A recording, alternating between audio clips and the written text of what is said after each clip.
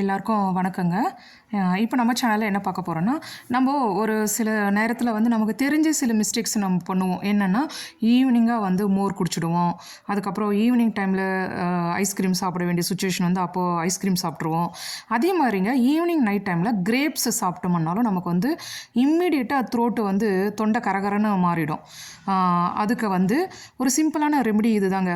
நம்ம வீட்டில் எப்போவுமே பெரியவங்க இந்த துளசி செடியும் கற்பூரவல்லியும் வந்து ரொம்ப க்ளோஸாக வச்சுன்னு இருப்பாங்க, டக்குன்னு கிள்ற மாதிரி.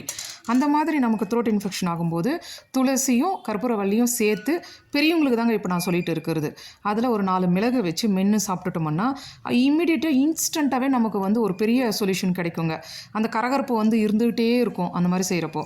அதுக்கடுத்து இலையை வந்துங்க எப்போவுமே பின்னாடி என்ன இருக்குது அப்படின்றத செக் பண்ணி வாஷ் பண்ணி சாப்பிட்ணும். நன்றி, வணக்கம்.